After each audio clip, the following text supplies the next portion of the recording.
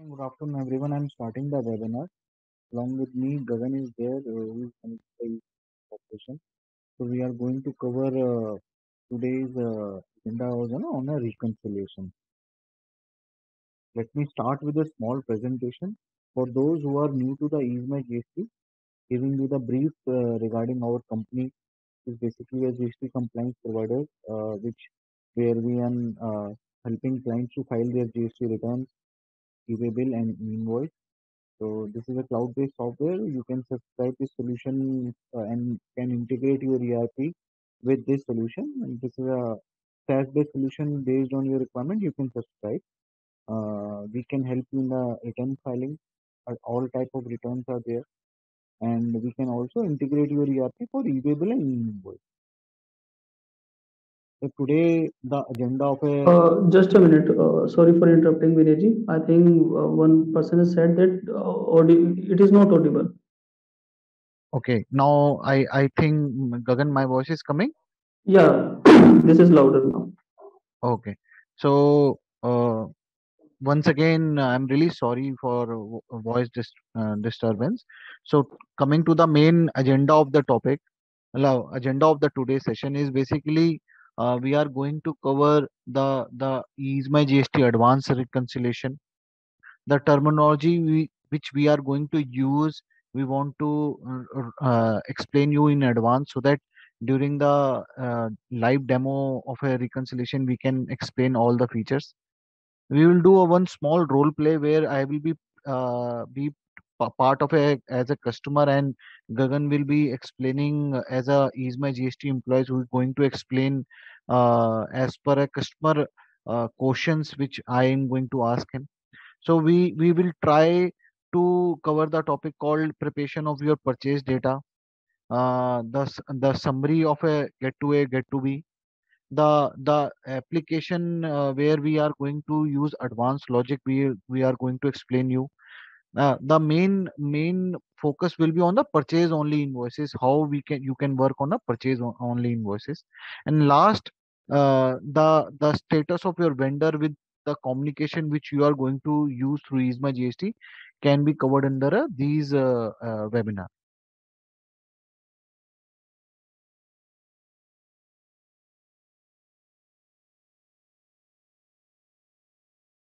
So coming to the next slide, I'm going to show you the flow chart. In my previous webinar, I have explained you what are the logics we apply for a reconciliation. So again, I want to give you a small brief. Uh, we are what we take in a both in your invoice and government invoice is only two criteria. Number one is a counterparty GST and number two is the invoice number.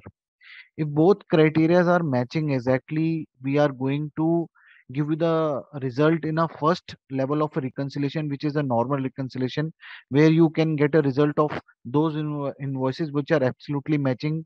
We highlight this category as a match invoices. Second are the value mismatch, where there is a difference in a value. So we do not we segregate these invoices if there are difference in a decimals also.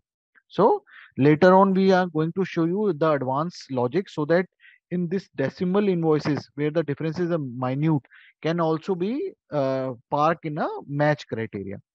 There is a third criteria where invoice are getting mismatched because of type of invoice or a place of supply of whether it is a reverse invoice or something. So if there is a difference in a basic structure of invoice, that those invoices will auto go in a invoice mismatch criteria. So once you can verify this through this flow chart, once the initial level of reconciliation will be done, the basic result will be available with you for a normal reconciliation. For the advanced reconciliation, later on we will show you how we can apply advanced logic and can match those invoices where invoice number or counterparty GST are not matching. So we give you the glimpse what are the logics we apply in a reconciliation, which through which you can reconcile these missing invoices. Coming to as I told you, the terminology which Gagan and me are going to use, these are the terminology called match, where the your two data versus government portal data is exactly matching.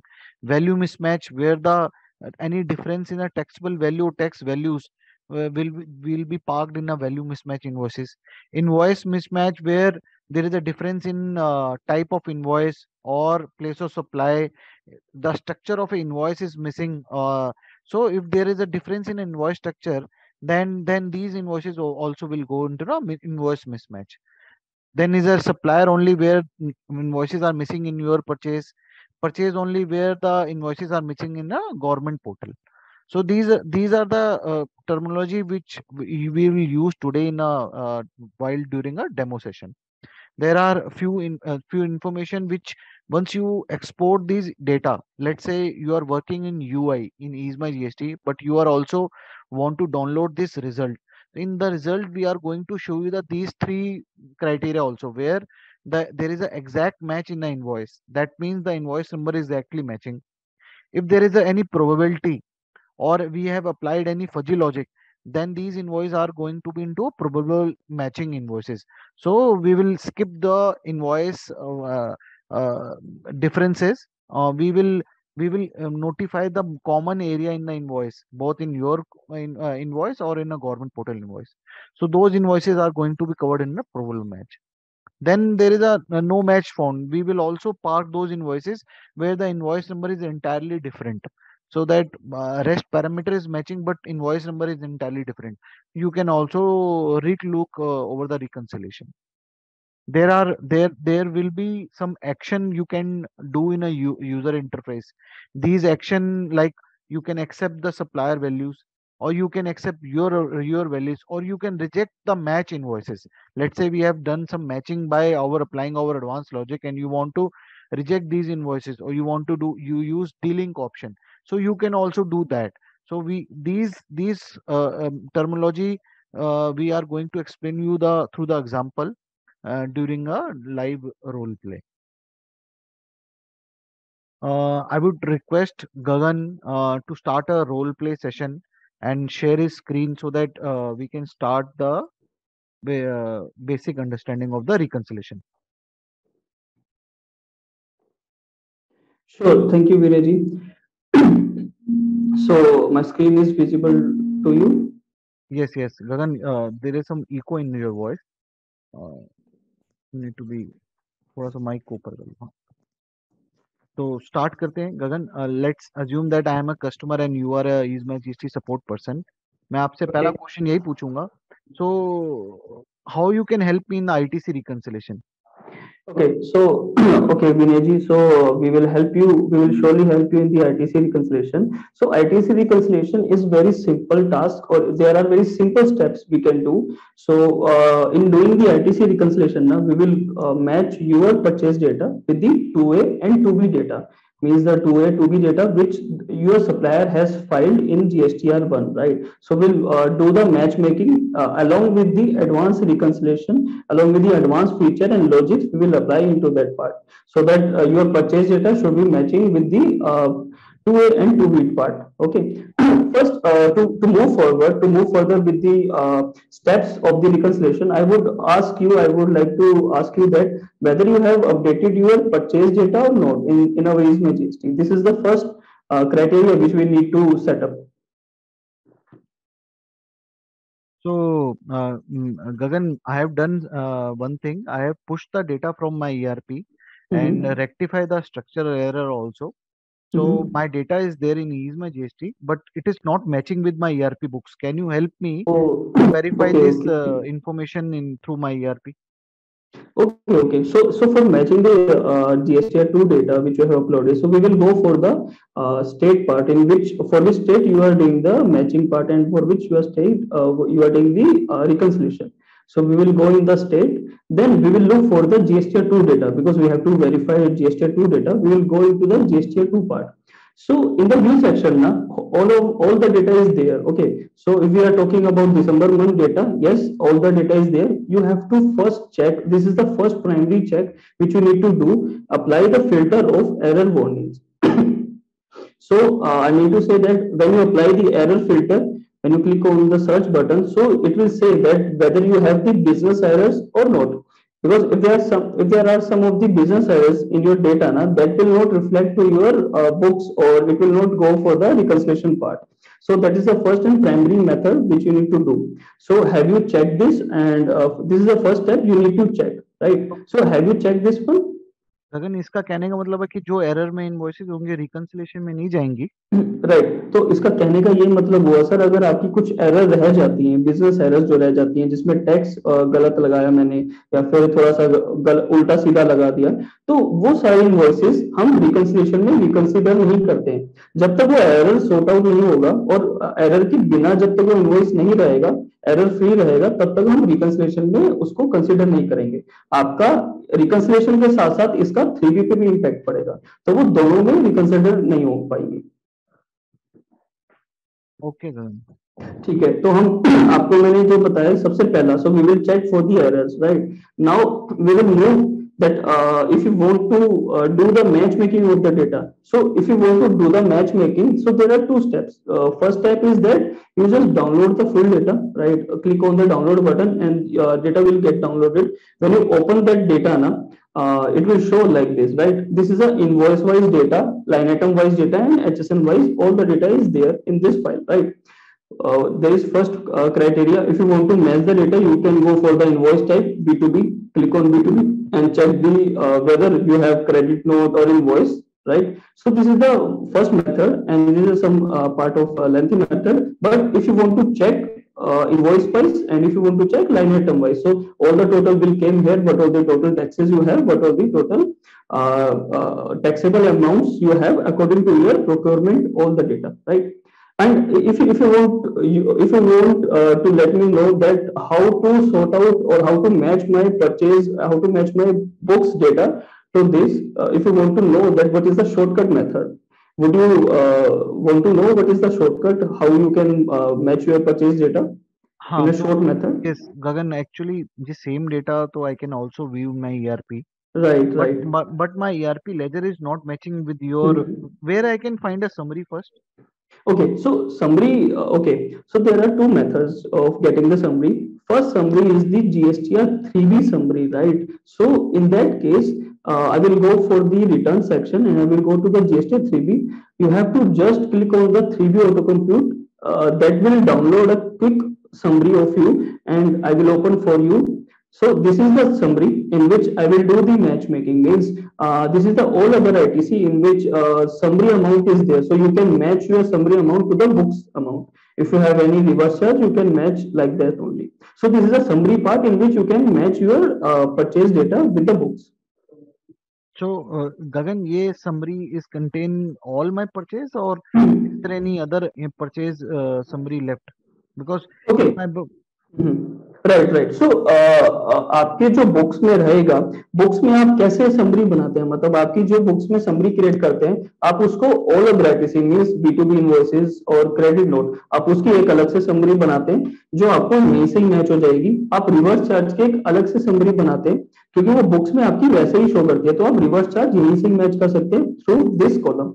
And if you have any import of goods, import of service अगर आपके रहते हैं, तो आप इसी से ही summary match कर सकते हैं। तो आपकी फुल फ्लैश जो समरी रहेगी वो यही रहेगी। एक समरी और है जिसको हम रिकंसिलिएशन के लिए मैच करवाना चाहेंगे। आप अगर शॉर्ट में देखना चाहते हैं कि आपका टोटल टैक्सेबल और टोटल टैक्स कितना है, तो मैं आपको दूसरी समरी की तरफ लेके जाता हूँ, वो है रिकंसिलिएशन के अंदर 2P summary. So when you click on the 2P summary na, so it will you have to click on 2P summary, you have to select financial year, you have to click on calculate 2P summary, so it will calculate for full financial year. You can also check it, check the 2P summary from here. So which means that we will bifurcate two summaries here. So this is the summary which let you know that what all the invoices are going to the reconciliation part. So this is the line which we have considered, that invoices considered for reconciliation and invoices which are not considered for reconciliation due to error or due to without any taxable amount or without any tax amount. So there are two types of summary you can match with your accounts. So you, if I have any if I have any kind of queries till now. so I agree, मतलब आप कह रहे हो कि reconciliation करना है 2B के साथ, तो मेरे को परचेज का डेटा वेरीफाई करना पड़ेगा क्या? Right sir. ये मंथली दिखाई देगा या एनुअल दिखाई दे रहा है? बिल्कुल सर, अभी जब हम जनरेट करेंगे तो ये फाइनेंशियल ईयर जनरेट हो जाता है, आपको कुछ नहीं करना है। अगर आपको मंथली शो करना है, अभी के लिए ये फाइनेंशियल ईयर वाइज शो कर रहा है। आपको मंथली देखना है, आप उस दिसंबर मंथ में आप जाएंगे और आपको वो मंथली रिजल्ट भी शो कर देगा। ठीक है, तो ये फर्स्ट स्टेप के बाद अब कौन सा स्टेप आएगा, इसके बाद क्या राइट। करना so this is the first step, very basic और इजी स्टेप है। आपको बस ये टू का डेटा अपना वेरीफाई करना है। इसके बाद जो मेरा स्टेप रहेगा वो रहेगा get two A data and two B data. तो हम वो कैसे करेंगे, वो हम रिकंसिलेशन पे जाएंगे। रिकंसिलेशन पे बल्क डाउनलोड टू ए पे क्लिक करेंगे। सिंपल सा स्टेप है, आपको कुछ ज्यादा नहीं करना। आप अपना पेन सिलेक्ट करेंगे, पेन बेसिस पे हमने आपको ऑप्शन दिया हुआ है। फिर आप अपने रिटर्न में मंथ सेलेक्ट करेंगे आप चाहते हैं, और मैं सजेस्ट करूंगा कि आप फाइनेंशियल ईयर पूरा सिलेक्ट करो, टू ए को पूरा डाउनलोड करो, सिलेक्ट सारे सेक्शन सिलेक्ट कर लो और ऐड पे क्लिक कर दो। सिर्फ इतना सा आपको करना है। करने के बाद आप रिक्वेस्ट हिस्ट्री पे जाएंगे। आपको यहाँ पे एक रिक्वेस्ट शो करेगा जैसे ये रिक्वेस्ट शो कर रहा है कि आपने कब डेटा लगाया था। So now you have to check for the status. जब तक आपका कंप्लीट नहीं आता, you have to wait till then. अब आपको क्या करना है, आपका टू ए डाउनलोड हो चुका है, राइट। सो अब मैं क्या करूंगा, अब आपको मैं बताता हूँ कि टू ए डाउनलोड कर लिया। अब हम टू बी के पार्ट पे जाएंगे डाउनलोड करने, क्योंकि simultaneously we have to maintain two A and two B, right. So हम टू बी डाउनलोड करेंगे। हम क्या करेंगे, दो तरीके हो सकते हैं सर आपको टू बी डाउनलोड करने के। एक तरीका क्या है कि आप डेमो अकाउंट पे जाएंगे, मतलब आप अपने पेन पे क्लिक करेंगे और बल्क डाउनलोड टू बी से आप अपना टू ए और टू बी का डेटा यहाँ से डाउनलोड कर सकते हैं। फिर आप सेम जैसा मैंने टू ए में किया था, just like that you have to click on pen, you have to select the return month or period or for which you have to download. So click on this add and check for the request history. So when you get the complete message or any other message, so you have to work on that. सो अभी आपका जो मैंने second step बताया, ये second step आपका complete होता है आपका टू बी डाउनलोड करने में। अब आपको क्या करना है सर, अब आपको अपने इस चीज को आप रिकंसिलेशन को होने के लिए छोड़ देंगे। क्यों मैं ऐसा बोल रहा हूँ, क्योंकि अब जो आपका रिकंसिलेशन है सर वो ऑटो मोड में रन होता है।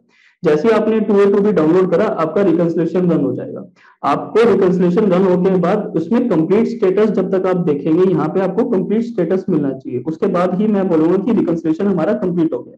तो आप क्या करें, आप आधे घंटे के लिए अपना कुछ और काम करने जाएं, इसको एज इट इज छोड़ दें। आप चाहे बंद कर दें पोर्टल को, चाहे नहीं करें, it is upon you. So you have to do some other work and come back to check that whether the status is completed और नॉट। सो ये आपका सेकंड स्टेप रहा था सर। तो अभी तक आपको कुछ क्वेरीज? तो अगर मैंने टू ए डाउनलोड नहीं करा, सिर्फ टू बी डाउनलोड करा, और उसके बाद मेरा रिको हो जाएगा क्या? नहीं सर, अभी हमारा कैसे है ना, ये ऑटो मोड में कैसे चलता है सर, आपको जो आपका स्टेप है, आपको टू ए के स्टेप के बाद ही आपको टू बी डाउनलोड करना है। क्यों? क्योंकि टू ए और टू बी में कुछ ज्यादा डिफरेंस नहीं है, सिर्फ एक काउंट का मतलब एक चेक लगा हुआ है कि आपको 11 तारीख तक किसी ने फाइलिंग कर दिया ड्यू डेट तक, तो वो टू ए में और टू बी में आएगा। बट उसके बाद अगर किसी ने करा है तो वो टू बी में नहीं आता है। तो उसके लिए हमें अगर रिकंसिलिएशन स्टार्ट करना है तो सर आपको टू ए पहले करना पड़ेगा। आप टू ए डाउनलोड करेंगे और टू बी साथ साथ डाउनलोड करेंगे, सेपरेटली नहीं रन होगा। इसके बाद ये कौन सा स्टेप आएगा, रिकंसिलेशन बन जाएगा क्या? सर देखिए, अब आपको क्या करना है ना, आपका टू ए और टू बी डाउनलोड हो चुका है और सब क्लियर हो चुका है। मैं क्या करूंगा, मैं इसके बाद तीसरे स्टेप पे जाऊंगा, वो है हमारा एडवांस रिकंसिलेशन का स्टेप। उसके अंदर मैं आपको एक छोटा सा ग्लिम्स दिखाऊंगा नॉर्मल रिकंसिलेशन का। मैं आपको बताता हूँ कि क्या करना है। अभी तक आपको पूरा सिंपल लगा, आपको कुछ इधर उधर चीजें नहीं करनी है। आपको एडवांस मैंने आपको स्टार्टिंग में बताया था कि ये एडवांस रिकंसिलेशन के साथ हम कुछ पैरामीटर्स रन करेंगे। हम ये क्यों करेंगे, क्योंकि कुछ लॉजिक्स हैं ऐसे जो हमने एडवांसमेंट में रखे हैं और वो यूजर को प्रोवाइड कर दिए। मेरे को क्या करना होगा, मेरे को सेक्शन सिलेक्ट करना होगा, B2B अमेंडमेंट। मैं सारे सिलेक्शन सिलेक्ट कर लूंगा, सारे सेक्शन। मैं फाइनेंशियल ईयर सिलेक्ट कर लूंगा जिसमें मेरे को एडवांस भी को रन करना है सॉरी। नाउ अब मेरे को रिकंसिलिएशन में एडवांस लॉजिक्स रन करना है। मैं आपको एक चीज दिखाना चाहता हूँ सर, यहाँ पे एक मिनट रुकेगा।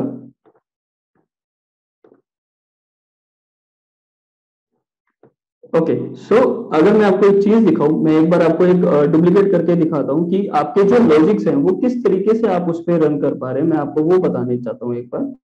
तो पॉइंट क्या है कि अब आप मैं आपको एडवांस रिकंसिलिएशन बताऊं उससे पहले मैं आपको कुछ लॉजिक्स बताना चाहता हूँ, जिससे कि वो रिकंसिलिएशन जो अभी लास्ट छोड़ा था, जो मैंने ऑटो मोड में बोला था, वो रिकंसिलिएशन कैसा दिखता है और कैसा रन होता है। तो मैं रिकंसिलिएशन के रिजल्ट पे जाऊंगा।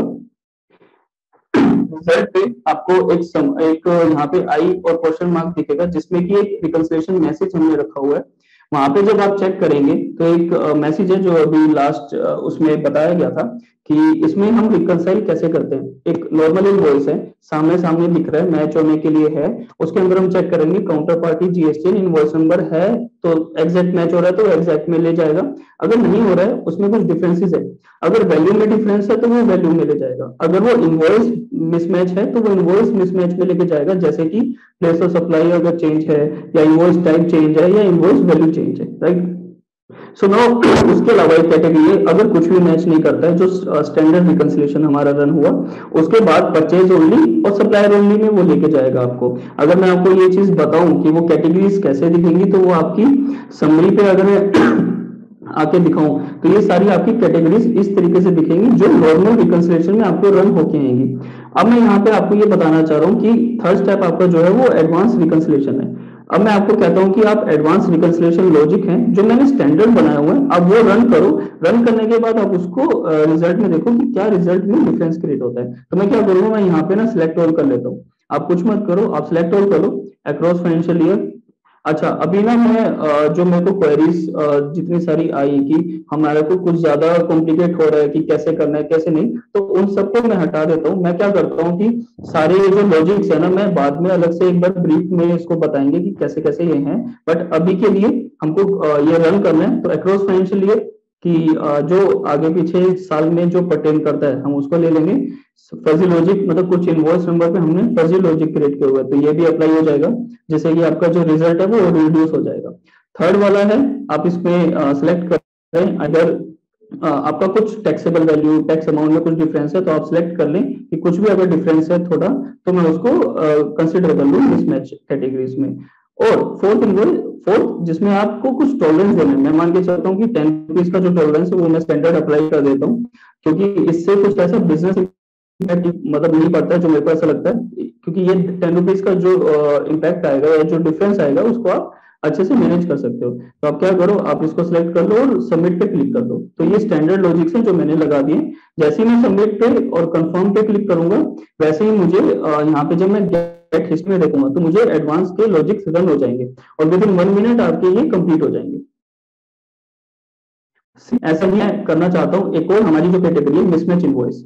जब मैंने मिसमैच इनवॉइस पे मैं क्यों लगाना चाहता हूँ, क्योंकि कुछ इनवॉइसेज हैं जो आपकी वैल्यू में और कुछ इनवॉइसेज इनवॉइस मिसमैच में, तो हम चाहेंगे कि उनको भी कैटेगरीज और एडवांस लॉजिक लगा के हम उसको डीम्ड मैच में ले जाएं। डीम्ड मैच जो अभी लास्ट में अभी जैसे बताया था कि डीम्ड मैच क्या है, यानी कि आपने इनको बोला बेस्ड ऑन योर टॉलरेंस कि हाँ मैंने टॉलरेंस लगा दिया बॉस की मेरे को ना 10 रुपए तक का डिफरेंस नहीं चाहिए, मैं इसको लेके चलता हूँ, एक्सेप्ट कर लो।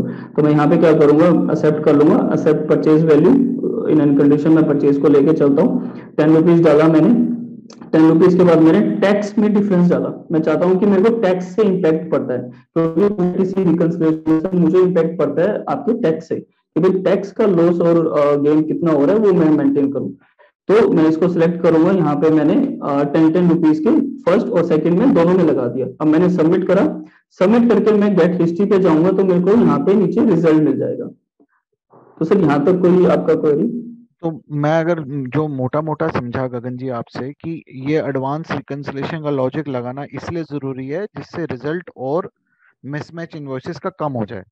Right correct. राइट राइट, सो आपका दूसरा, जो, हाँ हाँ जी सर दूसरा बताइए। आप ये कह रहे हो ये लॉजिक स्टैंडर्ड है, मतलब मैं आपने जो भी स्क्रीन में लॉजिक लगाया मैं सेम वैसे ही लॉजिक अपने यहाँ लगा दूं।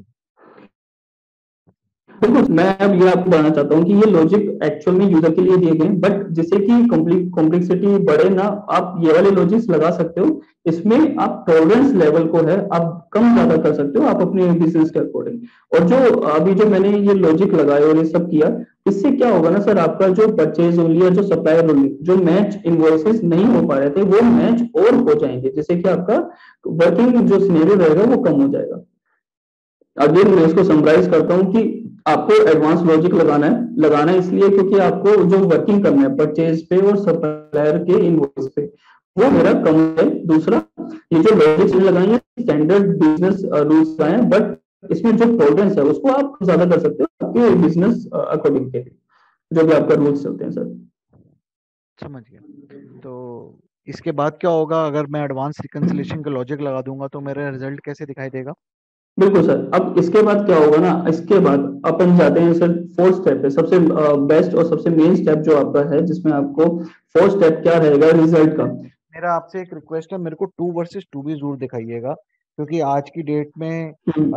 गवर्नमेंट ने मैंडेटरी कर दिया भाई, टू बी का ही इनपुट ले सकते हैं। तो आपका reconciliation two versus two B में मेरी क्या हेल्प करेगा वो जरूर बताइए। बिल्कुल सर, मैंने उसी के लिए ही आपका जो मैं आपने जो अभी बोला कि टू बी में कैसे रहता है, तो मैं आपको रिजल्ट सेक्शन दिखाता हूँ जिसमें आपकी वर्किंग रहेगी। उसके बाद आप जब टू बी देखेंगे तो आपको सॉर्टेड और सॉर्टिफाई करके आपको आईटीसी पता लगेगा कि कितना कैसा रहा। तो मैं आपको रिजल्ट सेक्शन मैं दिखाता गगन हूँ। गगन हाँ जी, जी। एक बार मैं रिपीट करना चाहूंगा जो आपने बोला, मैं रिजल्ट पे जा रहा हूँ टू वर्सेस टू बी। तो मैंने अपना परचेज का डेटा वेरीफाई कर लिया जैसे आपने मेरे को बोला था। मैंने टू ए टू बी भी डाउनलोड कर लिया। मेरे को ये चीज राइट। समझ नहीं आई मैंने टू ए क्यों डाउनलोड करा। चलिए, मैं फिर भी मान लिया आपकी बात। तीसरी बात, आपने कहा एडवांस रिकंसिलिएशन का लॉजिक आपके हिसाब से इस वेबिनार में आपने जैसे बोले मैंने सब पे टिक लगा लिया। तो आप इन तीन चीजों से मेरे को सबसे अच्छा रिकंसिलिएशन का रिजल्ट देंगे? बिल्कुल सर, बिल्कुल। वो कैसे रहेगा, मैं आपको अभी रिजल्ट में शो करता हूँ। देखिए क्या रहेगा ना सर, कि रिजल्ट को अगर मैं क्लिक करता हूँ, मैं अब देखने जा रहा हूँ कि मेरा इतने सारे वर्किंग, ये छोटे से सिंपल स्टेप करने के बाद मुझे रिजल्ट क्या मिलता है। आपको यहाँ पे क्या करना है, सेक्शन में आना है। मैं एक बार दोबारा से एक बार आता हूँ, जिससे कि मैंने एक पॉपअप आया था वो स्किप किया। तो रिजल्ट में मैं जब आऊंगा तो आपको एक पॉपअप शो कर रहा है, जो आपने अभी पूछा ना मेरे से कि टू बी के अकॉर्डिंग मुझे सारा कुछ देखना है, क्योंकि अब जनवरी से टू बी ज्यादा इंपॉर्टेंट हो गया है। तो मैंने एक पॉपअप रखा। आपने जो टू बी डाउनलोड किया था सर, उसको अपने रिकंसिलेशन में अपडेट करने के लिए, तो हम यहाँ पे क्या करेंगे, यहाँ पे क्लिक हेयर पे आप क्लिक करोगे। जो मैसेज आपको शो कर रहा था वो ये था कि आपका रिको हो चुका है। क्या आप अपना टू बी का डेटा इसके अंदर रिफ्लेक्ट करके आप टू बी के साथ भी देखना चाहते हो? तो मैं क्या करूंगा, मैं bulk update two B data पे जाऊंगा, और मैं यहाँ से सेम तरीके से जब मैं इसको रिक्वेस्ट करूंगा, पूरा अपना पेन सिलेक्ट कर लूंगा, अपना जो सिलेक्ट ये मंथ है वो सिलेक्ट कर लिया और ऐड पे क्लिक कर दिया। जैसे मैं अपडेट के रिक्वेस्ट में देखूंगा तो यहाँ पे देखूंगा कि कंप्लीट हो जाएगा आपका रिक्वेस्ट। इसका मतलब है कि आपका जो टू बी है वो रिजल्ट में और रिको के अंदर पहुंच चुका है। ये तो अब मैंने आपको क्या, पहले भी कर लिया था गगन जी, मतलब ये राइट। टू बी अपडेट पहले भी कर सकता हूँ, बाद में भी कर सकता हूँ, आपका कहने का मतलब ये है। बिल्कुल सर, आप इसके दो स्टेप्स हैं और दो तरीके से आप इसको कर सकते हैं। पहले आपको मैंने बताया कि पेन पे ही आप अपना पूरे पेन का निकाल सकते हो, और वहीं से ही जैसे ही टू ए डाउनलोड करा वैसे ही टू बी भी डाउनलोड कर सकते हो। दूसरा स्टेप है, जब आप रिकंसिलिएशन के अंदर आओगे, यहाँ पे भी आपको ऑप्शन देगा, अगर आप मिस कर चुके हो वहां पे करना, तो यहाँ पे भी आपको ऑप्शन देगा और डाउनलोड करके अपडेट कर पाओगे आप। ठीक है गगन जी, अब रिजल्ट दिखाइए। ठीक है, तो मैं रिजल्ट पे आता हूँ। रिजल्ट पे मैंने इसको क्लोज करा। यहाँ पे मैं कुछ सिलेक्शन करूंगा। पहला सिलेक्शन बी टू बी और अमेंडमेंट के इनवॉइसेस को देखना, और मैं फाइनेंशियल ईयर सिलेक्ट कर लूंगा जो सा मैंने देखना है। उसके बाद मैं एक आपको स्नैपशॉट दिखाएगा, मैं आपको स्टेट अवे लेके चला जाता हूँ समरी पे, जिससे कि आपको क्लियर होगा कि क्या आपकी समरी जनरेट हुई। तो समरी के अंदर क्या रहेगा सर, वेंडर समरी रहती है सबसे पहले। आप इसको जनरेट करेंगे, जब भी आप विको करके आएंगे आप इसको जनरेट करेंगे, ये आपको हेल्प करेगा category wise vendor wise summary देखने में। जो वेंडर वाइज समरी है ना, उसमें आपको ये शो करेगा। इसके नीचे मैं समरी आपको हेल्प आउट कर देता हूँ। सर आपको अभी थोड़ी देर पहले मैंने एक चार्ट दिखाया था जिसमें कि मैच, डीम मैच और ये सब कैटेगरीज थी। तो उसका मतलब क्या है कि सिस्टम ने मैच कैटेगरी में इतने वेंडर्स और इतने इनवॉइसेस को मैच कर दिया। आपको इसको बिल्कुल भी देखने की जरूरत नहीं है। अब आप डीम मैच में देखोगे, कुछ इनवॉइसेस थी जो डीम मैच में आई, जो हमने एडवांस रिको किया था ना सर, उस रीजन से ये डीम मैच में आई। इसके बाद मैं दिखाता हूँ कि वैल्यू मिसमैच, और कुछ इनवॉइसेस हैं इनवॉइस मिसमैच। तो ये जितना मिसमैच और मैच क्राइटेरिया है ना, जो सिस्टम आपको दिखा रहा है, इसको आप एक तरफ अलग से छोड़ दें। क्यों? क्योंकि ये ज्यादा इम्पैक्ट नहीं कर रहा है आपको, क्योंकि किसी ना किसी रीजन से ये एक दूसरे से मैच हो चुका है। अब मैं तो मैं आपको, इस हाँ अमाउंट जी, को मैं आईटीसी में मैच मानूं? बिल्कुल सर। आप क्या कर सकते हैं ना, आप मैच क्राइटेरिया को पूरा मैच माने, ड्यू मैच को भी मैच माने, इनवॉइस और वैल्यू मिसमैच में हम लास्ट में जाके देखेंगे कि वैल्यू मिसमैच का जो टॉलरेंस हमने लगाया था 10 रुपीज का, उससे अबव कितने ऐसे इनवॉइसेस हैं जो आपके आईटीसी को इम्पैक्ट कर रहे हैं। वो हम लास्ट में जाके देख लेंगे कि वैल्यू मिसमैच में कितना इम्पैक्ट कर रहा है। उसके बाद आप देखोगे कि दो कैटेगरीज हैं सर जो सबसे ज्यादा इंपॉर्टेंट है आपके लिए, और आप उस पर वर्क करोगे, सप्लायर ओनली और परचेज ओनली। तो परचेज ओनली पे आपको सबसे ज्यादा इम्पैक्ट करना है कि आपने जो डेटा डाला और सामने से जो डेटा नहीं आया, और जो सप्लायर ओनली ने डेटा डाला, मतलब सामने से जो फाइल करा बट आपने उसको अपने परचेज में नहीं डाला, तो ये सब चीजें, दो चीजें आपकी रह जाती हैं।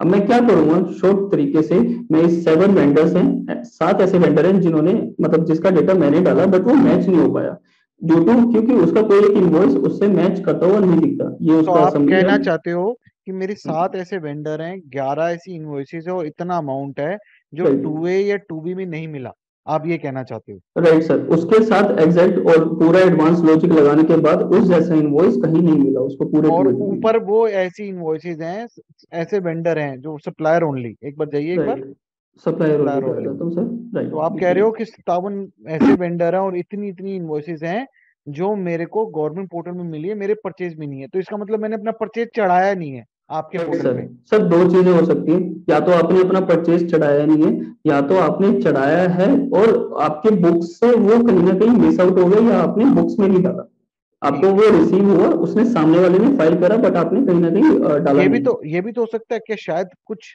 इनवॉइसेज में डिफरेंस ज्यादा हो, जिसके कारण इनवॉइसेज इधर उधर पड़ी रह गई हो सप्लायर ओनली में।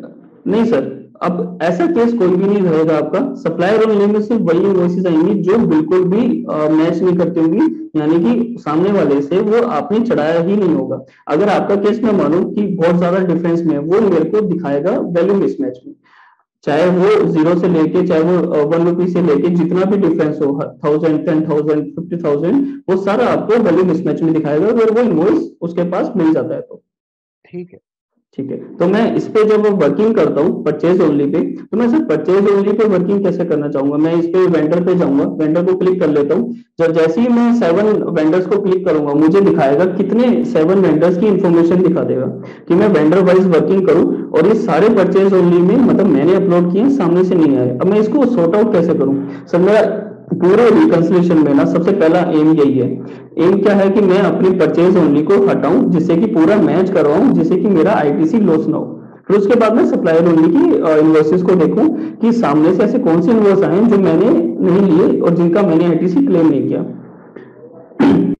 अब जब मैं यहाँ पे वेंडर वाइज देखता हूँ, यहाँ पे जब एक आपको वेंडर की समरी मिलेगी as per 2A, as per 2B, और उसका डिफरेंस मिलेगा, आपको ओवरऑल डिफरेंस मिलेगा कि जैसे मैंने इनवॉइस काउंट किया था 2A में 0, मतलब कोई इनवॉइस नहीं है, और इनवॉइस मेरे परचेज में 1 पर है, तो उसका जो डिफरेंस आ जाएगा उसके अकॉर्डिंग मैं आपको मैं शो कर दूंगा। अब मैं यहाँ पे कोई पार्टी ओपन कर लेता हूँ जिसमें मल्टीपल, जिसमें कोई इनवॉइसेस हो, जैसे ये मानस चतुर्वेदी में आपके लिए एक बार खोल देता हूँ मैं। मतलब आप कह रहे हो कि वर्किंग कर रहे हो हम इनवॉइसेज पे बिल्कुल सर, मैं एक्शन मैं में। बिल्कुल सर, तो मैं यहाँ पे एक बार ऐसा करता हूँ कि आपके जैसे डाउट्स मेरे को लग रहा है कि आपको डाउट हो गया, तो मैं एक बार समरी वाइज एक बार थोड़ा सा ना रिकैप्चुलेट कर लेता हूँ वर्किंग बताने से पहले। हमने क्या करा सर, रिकंसिलिएशन करा हमने। रिकंसिलिएशन के लिए सर छोटे से स्टेप्स हैं, 5 छोटे से स्टेप्स हैं, सिंपल स्टेप हैं, जिसमें से हम अभी 4th स्टेप पे आ चुके हैं। पहला स्टेप क्या है, आपने 2 का डेटा डालना है, 2 का डेटा वेरीफाई करना है, अपने उसके दो तरीके 3B से करना है या फिर आप अपनी 2B समरी से करना है। जैसे ही आपने वेरीफाई कर लिया, वेरीफाई करने के बाद आपको 2A और 2B डाउनलोड कर लेना है। जैसे ही वो डाउनलोड हो जाता है तो आपका फर्स्ट लेवल रिकंसिलिएशन कंप्लीट हो जाता है। फिर आपने एडवांस रिकंसिलिएशन में जाके कुछ लॉजिक्स रन करके आपने वो सब कंप्लीट कर लेना within hardly it will take 1 और 2 मिनट्स।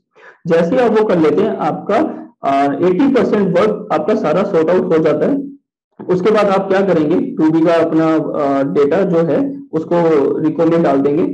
तो आपका जो 4th स्टेप है जिसपे आपको सबसे ज्यादा ध्यान देना है वो है रिजल्ट सेक्शन। रिजल्ट में आपको देखना है कि इतनी सारी कैटेगरीज थी, match, deal match, invoice match और वैल्यू मिसमैच, उन सबको एक बार साइड में रखना है क्योंकि वो इनवॉइसेस एक दूसरे से कहीं ना कहीं मैच करती है। आपको ध्यान देना है परचेज ओनली इनवॉइसेस पे सबसे पहले, क्यों, क्योंकि वो किसी से मैच नहीं करी और मैंने उसको बुक्स में लगाया हुआ है। अब मैंने लगाया तो सर मेरा सबसे ज्यादा मैटर करता है कि अगर मैंने इनपुट लगाया है और इनपुट डाला है तो मुझे इनपुट चाहिए, है ना। सामने वाले ने अगर फाइल नहीं करा तो मैं उसको देखूंगा कि क्या रीजन रहा, क्यों रहा। अब उस पर मैं वर्किंग करने जा रहा हूँ वेंडर वाइज। अब मैंने वेंडर को क्लिक करा, जब मैंने वेंडर को क्लिक करा तो यहाँ पे 2 इनवॉइसेस उसके ओपन हुए। अब मेरे पास क्या क्या वर्किंग ऐसी है जो रह जाती है मेरे पास सर। सबसे पहली वर्किंग मैं आपको पहली वर्किंग दिखाता हूँ। मैं इस इनवॉइस के लास्ट में एक बार चला जाता हूँ एक्शन पार्ट में। यहाँ पे एक एक्शन है, एक्शन में आप देखोगे 3 ऑप्शन है। पहला ऑप्शन एक्सेप्ट अपलोडेड इनवॉइस, दूसरा ऑप्शन रिजेक्ट अपलोडेड इनवॉइस। तो मैं सर कुछ एक्शंस आपको बताना चाहता हूँ। एक्सेप्ट अपलोड इनवॉइस यानी कि जो मैंने अपलोड किया है मैं उसको एक्सेप्ट कर लूं और ये मान लूं कि मैं इसको आईटीसी लेना चाहता हूँ। अब दूसरा ऑप्शन है कि मैं इसको रिजेक्ट कर दूं और ये मान लो कि सामने वाले ने अपलोड नहीं करा और इसका कोई मैं आईटीसी नहीं ले पाऊंगा। तीसरा ऑप्शन क्या है, मैं एक बार फिर भी देखना चाहता हूँ कि कुछ ऐसे इन्वॉइसेस तो नहीं है इससे मिलते जुलते, यानी कि इस वेंडर ने कोई और कुछ भी रीजन से कोई भी इन्वॉइसेस अपलोड किया हुआ है कि नहीं किया हुआ है। तो मैं इसको लिस्ट व्यू में ओपन करूंगा तो ये कुछ ऐसा पेज आपको होगा जिसमें कि पहला जो इन्वॉइस दिखाएगा वो मेरा इन्वॉइस है।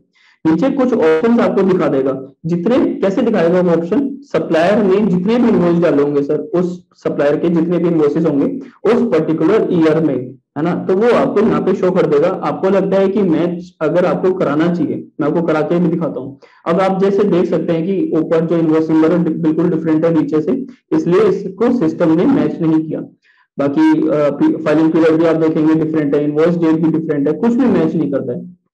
पर फिर भी आपको लगता है कोई एक ऐसे इन्वॉइसेस आ जाते हैं जिसको आपको पता है कि हाँ ये इससे मैच करना चाहिए, मैं इसको मैनुअली मैच करा देता हूँ। तो मैं क्या करूंगा ना सर, मैं यहाँ पे इसको सिलेक्ट कर लूंगा और परफॉर्म रिकंसिलेशन कर दूंगा। मैं मैनुअली रिको परफॉर्म कर दूंगा, ओके पे सिलेक्ट करा, जैसे ही मैंने ओके पे सिलेक्ट करा वो रिकंसिलेशन परफॉर्म हो जाएगा मैन्युअली। और उसके अकॉर्डिंग वो इनवॉइस मिसमैच, वैल्यू मिसमैच या वो मैच कैटेगरी में जहां पे भी जाना चाहेगा वो उसके अकॉर्डिंग इनवॉइस चला जाएगा। अब जब मैं इस चीज को देखूंगा, मैंने एक पार्टी का एक इनवॉइस था वो मैच कर दिया, ठीक है। अब मैं दूसरी का भी कर देता हूँ जिससे कि मुझे समरी में जाके पता लगे कि मैंने कुछ एक्शन करा तो मैं देख सकूं, है ना। तो मैं एक ऐसा काम करता हूँ सर, इसके दो इनवॉइसेस आ रहे थे, मैंने दोनों को एक बार सिलेक्ट कर लेता हूँ, बट मेरे पास ऑप्शन नहीं है इसको सिलेक्ट करने का, ठीक मतलब है। सामने की तरफ से मेरे पास कोई इन्वॉइस ही नहीं है, तो ये लेफ्ट आउट रह जाएगा। ठीक है। ठीक है, अब मैंने इसको कर लिया। अब आप चाहते हो कि हाँ, एक सर एक टेंडेंसी होती है माइंड की कि मैंने कुछ एक्शंस लिए, एक्शन लेने के बाद अब मैं देखना चाहता हूँ समरी पे आके कि क्या कुछ कम हो गया। तो मैं जब लास्ट में जैसे मैंने काउंट चेक किया था ना, जो लास्ट में काउंट था वो आपका परचेज ओनली में काउंट था 11, यहाँ पे इनवॉइसेस थे, 7 वेंडर्स थे। एक वेंडर को मैंने एक एक वेंडर का एक इनवॉइस कम करा, यानी कि वो मैचिंग कंडीशन में कहीं चला गया। तो यहाँ से वो जितने भी इनवॉइसेस हैं जितने पे मैं एक्शन ले रहा हूँ वो कम होते जाएंगे और तो खत्म होते आपका जाएंगे। कहना है गगन जी, अगर मैं ये परचेज ओनली जीरो करना है, कहने का राइट मतलब सर, ये है। राइट सर, तो हमारा सबसे पहला एम है परचेज ओनली को जीरो करना, क्योंकि जो मैंने बुक्स में इनपुट दिखाया हुआ है ना सर, वो मुझे लेना होगा। अगर वो मैं नहीं लूंगा तो मेरा इनपुट का लॉस हो जाएगा। अच्छा ठीक है। अब मैं आपको इसके सेकंड एक तरीका दिखाता हूँ कि मैं इसको किस तरीके से और इसमें मैं क्या एक्शन कर सकता हूँ। मैं कोई पार्टी खोल लेता हूँ जिसमें जैसे एक इनवॉइस है, ये रॉयल है, तो रॉयल वाले में एक इनवॉइस है, मैंने इसमें और मैं क्या कर सकता हूँ, एक तो मैंने आपको मैच मेकिंग बताया, अब मैं इसमें एक एक्शन ले सकता हूँ कि जो मैंने अपलोड करा उसको मैच कर देता हूँ, तो उसको मैं एक्सेप्ट कर लूंगा और यहाँ पे मैं अपना कमेंट दे सकता हूँ। तो सर आप कमेंट में थोड़ा सा देखेंगे कि मैंने क्या क्या ऑप्शन रखे हुए हैं। आप बोल सकते हैं मैन्युअली रिकंसाइल, ये इनएलिजिबल आईटी से तो मैंने रिकंसाइल कर दिया। Purchase already booked in next period, कि अलग से उसका परचेज बुक्ड हो चुका है, या फिर टुडे अपलोड हुआ नेक्स्ट पीरियड में, या फिर करेक्टिव एक्शन टेकन। अब मैं इसको सिलेक्ट कर लेता हूँ मेल सेंड टू वेंडर, क्योंकि जो हमारा फिफ्थ स्टेप है वो मेल कम्युनिकेशन का है, तो मैं इसको सिलेक्ट कर लेता हूँ और मैंने इसको रिमार्क्स को डन कर दिया। जैसे ही आप देखेंगे एक्शन टेकन में कि मैंने क्या एक्शन लिया, वो एक्सेप्ट अपलोडेड इनवॉइस में सिलेक्टेड हो जाएगा। अगर आप इसको डाउनलोड करेंगे तो आपको रिमार्क्स के साथ दिखाएगा कि आपने क्या रिमार्क्स डाला था। अब मैं इसको यहीं पे ओपन कर देता हूँ। ओपन करने पे स्टैंडर्ड कमेंट में जब आप देखेंगे क्या आपने एक्शन लिया था, वो आपके इसको स्टोर कर लेगा। तो सर दो तरीके हैं जिस तरीके से आप अपने परचेज को कम कर सकते हैं और खत्म कर सकते हैं, और आप चेकिंग मैच मेकिंग तो कर सकते ये हैं। तो हो गया, आप 2A के साथ कर रहे हो, पूरे साल का डेटा का कर रहे हो। मेरे को तो वो जानना है कि भाई 2B का मेरा डेटा है इस महीने का, जो गवर्नमेंट पोर्टल में मेरा इनपुट पड़ा है, गवर्नमेंट बोल रही है मेरे को वही लेना है इनपुट में। अब मेरे को राइट जानना सर, है मेरे राइट। परचेज, आप मेरे को मंथली हम्म। रिकॉन दिखाएं। राइट सर, तो मंथली रिकॉन कैसे दिखेगा सर, बहुत ही सिंपल स्टेप है। अपन को क्या करना है, एक मंथली रिकॉन के लिए हमने अलग से एक विंडो रख दिया है। आपने रिकंसिलिएशन परफॉर्म कर लिया, आपने सारे स्टेप्स परफॉर्म कर लिया, अब आपको देखना है कि टू बी के अकॉर्डिंग आपका कितना रिकंसिलिएशन बनता है। आप रिकंसिलिएशन के स्टेप पे जाएंगे, no your monthly ITC, sir इसको आप नोट कर लें। जैसे ही आप इस पे क्लिक करेंगे आपको मंथली की समरी देगा और मंथली रिकॉन रिजल्ट दिखाएगा। आप अपने मंथली रिकॉन रिजल्ट में आ जाए, यहाँ पे आप सेक्शन सिलेक्ट करो, सेक्शन में आप अपना मंथ सिलेक्ट करो। मैंने आपको मंथली यहाँ पे सिलेक्शन दिया हुआ है, जैसे अभी हम दिसंबर पे वर्किंग करें तो मैं दिसंबर एक बार खोल देता हूँ। जब आप देखेंगे नीचे जाके ये आपके सारे इनवॉइसेस आ जाएंगे। अब मैच कंडीशन वाले आ गए। अब मैं सारी कैटेगरी सिलेक्ट कर लेता हूँ। आप ये करेंगे, सबसे पहला स्टेप इन सबको सिलेक्ट कर लेंगे जिससे कि आपको सारे कैटेगरीज एक साथ शो हो जाए। तो आपके जो मंथली इनवॉइसेस थे वो 44 है इस मंथ के इनवॉइस, और उसके अकॉर्डिंग टू बी कैसे दिखा। आपको मैं एक चीज बताना चाहता हूँ, as per to A data आपका ये है, फिर as per to P data है, उसके बाद आपके जो कुछ मेरे को कैसे पता लगेगा कि ये इनवॉइस टू बी में परटेन करता है। तो जीएसटी या टू बी पीरियड के अकॉर्डिंग मैं आपको टू बी बता सकता हूँ कि कौन से पीरियड का टू बी है। उसके बाद मैं आपको बता रहा हूँ ITC availability as per two B. तो यहाँ से आप देख पाएंगे कि कितना ऐसा अमाउंट है जो आईटीसी अवेल कर पा रहे हो, आपको करना है टू बी के अकॉर्डिंग। तो आप क्या करेंगे सर, आपका मंथली रिकॉन है, ये मंथली दिसंबर का है। अब आप यहाँ से डाउनलोड कर सकते हैं, ये मंथली आपको आईटीसी अवेलेबिलिटी दिखाएगा। आप क्या ये मैं करेंगे, एक्सेल में डाउनलोड कर सकता हूँ? बिल्कुल सर, आप ये एक्सेल में कैसे डाउनलोड करेंगे, मैं आपको डाउनलोड का एक फॉर्मेट बता रहा हूँ। आपने सारा सिलेक्ट करा, करने के बाद सर आप एक फिल्टर अप्लाई करेंगे। फिल्टर कौन सा अप्लाई करेंगे कि आपको टू बी पीरियड पता करना है। अगर आपको सिर्फ दिसंबर का चाहिए तो दिसंबर का इसमें हम अप्लाई कर देंगे। अगर आपको ऐसी एज इट इज छोड़ देते हैं, क्यों, क्योंकि मैंने टू बी जो डाउनलोड करा था ना गवर्नमेंट पोर्टल से, वो पुराने मंथ का भी कर रखा है। जितना वो पुराना मंथ का भी रिकॉर्ड चलता जाएगा, फाइनेंशियल ईयर आगे बढ़ता जाएगा, तो वो सारा शो करेगा। आप क्या करेंगे, आप यहाँ से इसको सिलेक्ट करके रिजल्ट से डाउनलोड कर देंगे। जैसे ही मैं रिजल्ट पे क्लिक करूंगा, ये अभी आपको लेटेस्ट हिस्ट्री और लेटेस्ट रिको आपको डाउनलोड करके दे देगा मंथली। तो ये आपका दिसंबर का रिको आपको शो कर देगा। तो मतलब आप कह रहे हैं सिलेक्ट क्राइटेरिया के अंदर टू बी का मंथ सिलेक्ट करना था, वो आपने करा नहीं शायद ना? राइट, तो मैं आपको डिफरेंस दिखा रहा था कि ये वाला कैसा शो करता है और टू बी वाला कैसा शो करेगा। अच्छा।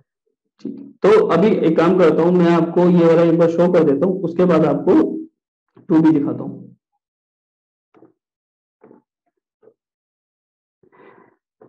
मैंने अभी इसके टू बी पीरियड पे सिलेक्ट करा। अब आप चाहते हैं कि मेरे को दिसंबर का आईटीसी देखना है, कितना दिसंबर में आईटीसी इनपुट था। मैं इसको प्लस पे ऐड करूंगा, सर्च करूंगा, मेरे को ये 34 इनवॉइसेस शो कर दिया, यानी कि मेरे को दिसंबर में कितना इनपुट टू बी यानी गवर्नमेंट पोर्टल ने बताया कि लेना है। अब मैं रिजल्ट पे क्लिक करूंगा तो ये जो लेटेस्ट समरी डाउनलोड होगी मेरी, वो मैं आपको शो करता हूँ कि ये दिसंबर के आईटीसी की डाउनलोड होगी।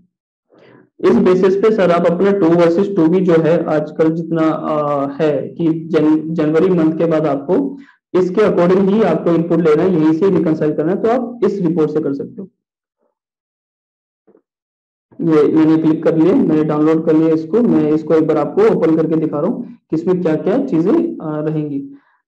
तो जैसे कि मैं यहाँ से एक बार फिल्टर लगाता हूँ। आप ये सेम चीज अपनी रिकॉर्ड रिजल्ट में भी कर सकते हैं, जो हमने फाइनेंशियल वाले रिकॉर्ड में किया था। सेम चीज मैं यहाँ पे कर रहा हूँ। जब आप अपना देखेंगे फाइनेंशियल ईयर कौन सा है, मैं थोड़ा सा आगे आ जाता हूँ, कैटेगरी।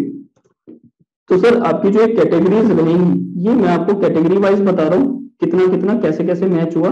और आप लास्ट में जाके देखेंगे कि इसका पीरियड क्या है। जब मैं जीएसटी टू बी पीरियड देखूंगा तो उसमें आपको दिसंबर मंथ का पीरियड दिखेगा, यानी कि दिसंबर में आपका कितना आईटीसी बनता है जो गवर्नमेंट पोर्टल ने बताया अवेलेबल कितना है, उसके अकॉर्डिंग आपको कैटेगरी वाइज आपको मैच मेकिंग मिल जाएगा। अब इसमें मैं आपसे एक बात बताना चाहता हूँ कि बाकी सब तो ठीक है सर, डीम मैच में है, मैच में कुछ ऐसे इनवॉइसेज हैं जो आपने अपलोड नहीं करे, सिर्फ थोड़े से ऐसे इनवॉइस बचे जो सप्लायर ओनली में है, यानी कि आपने अपलोड नहीं करे, तो इन पे आपको वर्किंग करनी होगी। समझ गया। यहाँ से मैं आपके अब आपको फोर्थ स्टेप जो आपको वर्किंग करनी है, वर्किंग का स्टेप आई थिंक आपको क्लियर हो चुका है।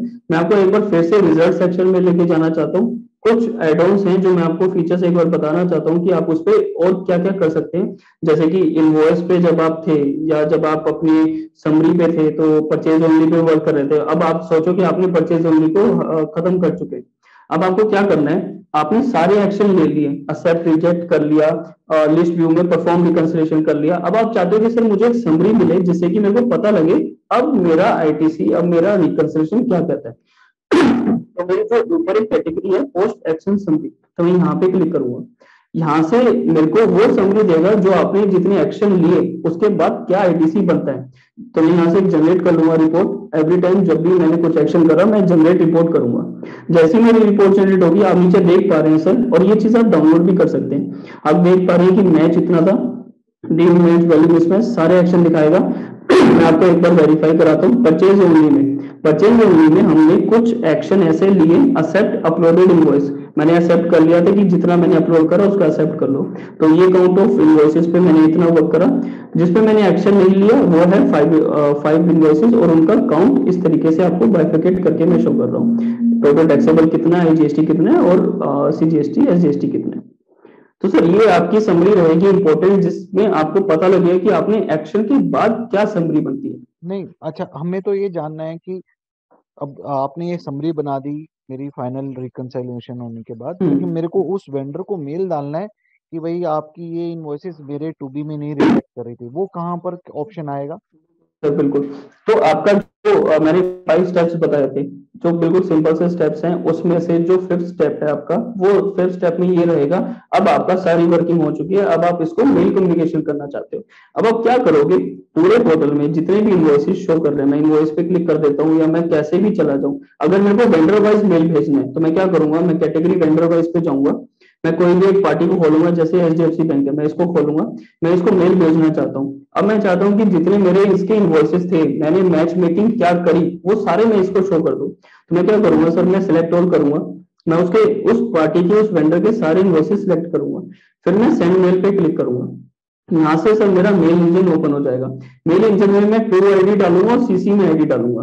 क्या रहेगा सर, टू में मैं अपनी आईडी डाल देता हूँ, मैं आपको अभी मेल भी शो करता हूँ कि कैसा रहेगा। अब आप सोच रहे होंगे साथ के साथ कि यार इतना ज्यादा ये मेल आईडी कौन डालता रहेगा, कैसे रहेगा, सर आप सोच रहे हैं क्या विनय जी, ऐसे ही कुछ सोच रहे होंगे अभी आप, हाँ जी, मेरे को है भी। ना। तो इसमें क्या रहेगा ना सर, आप अभी मैं क्या कर रहा हूँ, मेल आईडी मैन्युअली एंटर कर रहा हूँ, हमारे पास सर एक वेंडर मास्टर डेटा है यहाँ पे। आपको मैं इसके बाद वो स्टेप दिखाता हूँ कि आप अपना वेंडर मास्टर अपडेट करेंगे। जैसे कि मैं आपको एक बार इसको क्लोज करता हूँ, आपको यहाँ दिखाता हूँ वेंडर मास्टर, आप देख पा रहे हैं। आप अपना अगर वेंडर मास्टर जितना भी आपका ईआरपी में है, वो वेंडर मास्टर एक्सपोर्ट करके मेरे यहाँ पे इंपोर्ट कर दें, और उसका एक छोटा सा फॉर्मेट है। इंपोर्ट करने के बाद आपको हर बार मैन्युअली हर टाइम पे आपको मेल सिलेक्शन करने की जरूरत नहीं रहेगी, जो आपने आईडी मुझे वेंडर मास्टर में दी होगी वो मैं यहाँ पे बाय डिफॉल्ट शो कर दूंगा। समझ गया। ठीक, तो मैं अब आपको एक बार मेल शो करता हूँ कि कैसा रहता है, उसके अंदर क्या क्या इनपुट रहते हैं। तो मैं यहाँ पे अपने आप को एक बार मेल करके दिखाता हूँ, जिसमें कि ये आपका प्री डिफाइंड मैंने हमने कुछ फॉर्मेट रखा हुआ है। आप चाहते हैं तो आप इसको बढ़ा सकते हैं, और आप कुछ भी इसमें एडिट करके चेंज कर सकते हैं। तो मैं एक बार मेल सेंड कर देता हूँ, और मैं साथ के साथ आपको दिखाता हूँ, यहाँ पे आपको मेल की स्नैपशॉट आ जाएगा कि चला गया। अब मैं आपको एक बार मेल चेक कर लेते हैं। एट द सेम टाइम वो मेल हमारे को रिसीव हो जाता है। देखिए जैसे ये मेरे पास मेल आया, मैं इसको ओपन करता हूँ, मैं आपको मेल दिखाता हूँ कि सब्जेक्ट क्या रहेगा। आप एडिटेबल है, सब्जेक्ट भी एडिट कर सकते हैं और बॉडी भी एडिट कर सकते हैं। जैसे ये रिकंसिलिएशन किया on behalf of this state, अब उसने रिकंसाइल करा हमारे परचेज और सप्लायर के अकॉर्डिंग, उसके बाद हम आपको कुछ इनवॉइसेस दे रहे हैं जो इस पे आपको फर्दर एक्शन लेना है, तो उसको मैं इनवॉइस की लिस्ट भी दे रहा हूँ रिकंसाइल वाली। तो जैसे ही मैं डाउनलोड लिंक पे क्लिक करूंगा, एक एक्सेल डाउनलोड होगी, जो यूजर को डाउनलोड होगी, जो आप जिस वेंडर से आप बात कर रहे हैं उसको ये डाउनलोड हो जाएगी, और उसको पता लग जाएगा कि आपने रिकंसिलिएशन में कैसे कैसे किया, और कौन से इनवॉइस को किस कैटेगरी में लेके गए। तो यहाँ से वो सारी कैटेगरी सिलेक्ट कर सकता है, देख सकता है, और पूरा इनवॉइसेस का जितना भी आपने वर्किंग करी एज इट इज वो देख सकता है कि परचेज, मैं आपको अगर दिखाऊं कि परचेज इनवॉइस में क्या है और सप्लायर इनवॉइस में क्या है, कि सप्लायर इनवॉइस ये वाला है, परचेज इनवॉइस ये वाला है, तो आपको स्टेप बाय स्टेप आपको डिफरेंशियल बेसिस पे ये एक्सेल पे प्रिपेयर करके उस वेंडर को शेयर कर देगा। ठीक है गगन, थैंक यू थैंक यू। ये एक छोटा सा रोल प्ले हमने आप सभी के लिए रखा था, जिसमें मैं एक कस्टमर के प्रोस्पेक्टिव से क्वेश्चंस पूछ रहा था। शायद आपके क्वेश्चंस और भी हैं, तो मैं इस सेशन में क्वेश्चन आंसर रखना चाहता हूँ लास्ट में। Right sir. कुछ क्वेश्चंस आए हैं गगन, मैं एक बार स्क्रीन में पढ़ के बता देता हूँ कि बेसिकली पहला क्वेश्चन है, डेटा जो मंथली शो कर रहा है कि नहीं कर रहा। हाँ, ये मंथली डेटा राइट आप सर। फिल्टर लगा सकते हैं। तो और मंथली शो कर रहा है, मैं आपको मंथली एक बार विनय जी मैं बता भी देता हूँ कहाँ से, दोबारा बता देता हूँ। नो योर मंथली एटीसी पे जाके मेरा ये डेटा मंथली शो करता है, यहाँ से मैं मंथली पे हाँ, फिल्टर करूंगा तो मंथली डेटा तो शो करेगा। ये लिंक एक्सपायर होने वाला है, और मैं जूम का, तो हम जितने भी क्वेश्चंस आपने पूछे हैं, हम पर्सनल लेवल पे सबका आंसर्स आपको मेल पे दे देंगे। हम ये नोट कर रहे हैं सारे क्वेश्चन। और इन क्वेश्चंस में जो सबसे इम्पोर्टेंट क्वेश्चन है कि हाँ, हम two versus two B reconciliation सबसे इम्पोर्टेंट है, जिसको हमने आज कोशिश करी आपको हम know your monthly ITC option के थ्रू आप अपना टू बी के हिसाब से रिकंसिलेशन कर पाएं। तो वो हमारा एम था जो हमने कोशिश करी आज कवर करने के लिए। और मैं ये जितने भी क्वेश्चंस हैं बीइंग टेक्निकल पर्सपेक्टिव से ये लिंक एक्सपायर होने वाला है, तो मैं ये सारे क्वेश्चन नोट डाउन कर रहा हूँ और आपको मैं वन टू वन इसका आंसर दे दूंगा। गगन कुछ और आप फीडबैक देना चाहें, नहीं तो फिर वाइंड अप करें। राइट सर, आपके जो भी क्वेश्चन है वो क्वेरीज लिस्ट डाउन हो जाएंगी। मैं बस ये कहना चाहता हूँ कि अभी जैसे हमने जो रोल प्ले करा, इसमें मैं आपको एक बार फिर से छोटे से टाइम में आपको बताना चाहता हूँ। 5 सिंपल स्टेप्स हैं, आपको कुछ नहीं अलग चीजें करनी है। पहला स्टेप, मैं उसको स्टेप भी इसलिए बोल रहा हूँ क्योंकि आपको वो डेटा लेके आने में हेल्प होगा कि डेटा लाना है, उसके बाद रिकंसिलिएशन करना है। सबसे पहला स्टेप डेटा लाना है, वेरीफाई करना है। सेकंड स्टेप डेटा डाउनलोड करना है टू ए टू बी का। तीसरा स्टेप रिजल्ट, जो हमारा एडवांस रिकंसिलिएशन है उसके लॉजिक्स जो स्टैंडर्ड है आप वो भी रन कर सकते हो। जैसे ही आपने वो रन करे आपको रिजल्ट मिल जाएगा। फिर आपको फोर्थ स्टेप में रिजल्ट में जाना है और सिर्फ purchase only supplier only pay ध्यान देना है। परचेज ओनली को हटाना है, करना है, रिड्यूस करके जीरो पे लाना है। सप्लायर ओनली में से ये देखना है कि कुछ ऐसे इनवॉइसेस हैं जो सामने से आए हैं मैंने नहीं लिए, उन पे एक्शन लेना है जैसे परचेज ओनली में लिया। इसके बाद फिर स्टेप, मेरे को सारी वर्किंग हो चुकी है, मैं अब उसको सामने वाले वेंडर को मेल कम्युनिकेशन कर देता हूँ। मेल कम्युनिकेशन करने के बाद आपके पास पूरा रिकंसिलिएशन का सारे स्टेप्स कंप्लीट हो जाते हैं सर। थैंक आप यू। अपना मंथली कंप्लायंस मेंटेन कर सकते हैं। Thank you Gagan, thank you everyone for joining for today session. I hope you will love this session and हम इसकी अगला सेशन शायद इसी रिकंसिलेशन के ऊपर और डेप्थ एनालिसिस में। Thank you right everyone. Sir, thank you, thank you.